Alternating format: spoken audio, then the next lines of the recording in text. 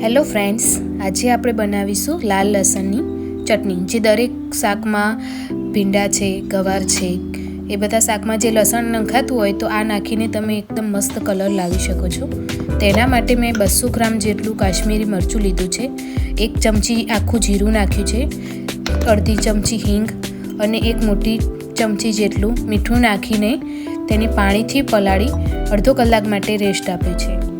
તેને બરાબર મિક્સ કરી દેવાનું છે અને થોડું ઢીલું રહે મરચાંની પેસ્ટ તે રીતે કરવાનું છે. જો કે બધાના ઘરે આ ચટણીનો ઉપયોગ થતો જ હશે, લીલા લસણની ચટણી. આ એકદમ ખાવામાં પણ યમ્મી છે, મતલબ કે તમે કંઈ રોટલી જોડે પણ એમનેમ પણ ખાઈ શકો છો અને આને 2 મહિના સુધી સ્ટોર કરીને રાખો તો પણ કશું થતું નથી. તો આગળ જોઈએ, ચલો રેસીપી. અડધો કલાક માટે મેં રેસ્ટ આપ્યો હતો.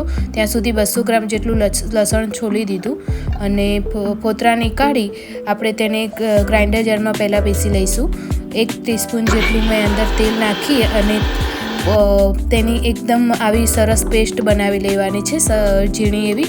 અને પછી જે આપણે મરચું અડધો કલાક થઈ ગયો હતો એના પછી કર્યું હતું, જે મરચાંની પેસ્ટ પાણીમાં પલાળી હતી તે એડ કરીને ફરી એકવાર મિક્સરમાં ક્રશ કરી લેવાનું છે, જેથી બધું સરસ એવું મિક્સ થઈ જાય.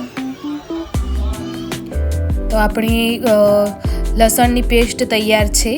તો તેના માટે આપણે 1 વાટકીના માપથી ગરમ તેલ કરવા મૂકીશું પેનમાં. તેલ જેટલું ચડિયાતું હશે એટલું લોંગ ટર્મ ચાલે છે આ ચટણી. અને વઘારમાં આપણે 1 ટીસ્પૂન જેટલું જીરું અને હિંગનો વઘાર કર્યો છે અને તરત પેલી પેસ્ટ નાખી દેવાની છે લસણની અને હલાવતા રહેવાનું છે, જેથી નીચે ચોંટે નહીં.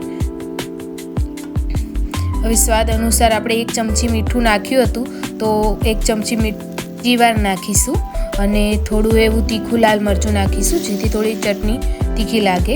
અને જ્યારે અડધું ચડી જાય આવું એટલે અંદર 1 વાટકી જેટલું મેં ગોળ નાખ્યો છે અને પછી થોડો ગોળ ઓગળી જાય પછી ફ્લેમ બંધ કરી દેવાની છે આપણે. અને થોડું ઠંડુ પડે પછી એક લીંબુનો રસ નીકાળીને નાખી દેવાનો છે. તો સરસ એવી લાલ ચટણી તૈયાર છે. આને તમે 2 મહિના સુધી સ્ટોર કરી શકો છો અને તમે જે ચટણી આપણે બહારથી લાવીને યુઝ કરીએ છીએ એની જગ્યાએ આ યુઝ થઈ શકે છે. તમે જોઈ રહ્યા છો કે મેં ભીંડાની સબ્જી બનાવી હતી, તો તેમાં હું લાલ લસણની ચટણી નાખું છું અને એ ચટણીમાં કલર પણ આવી જાય છે અને લસણનો ટેસ્ટ પણ આવી જાય છે. તો તમે પણ જરૂરથી ઘરે આ લાલ લસણની ચટણી બનાવજો, તમને પણ ખૂબ સરસ ભાવશે. અને તમને આ રેસીપી કેવી લાગી તે કોમેન્ટમાં જરૂરથી જણાવજો. Thank you friends.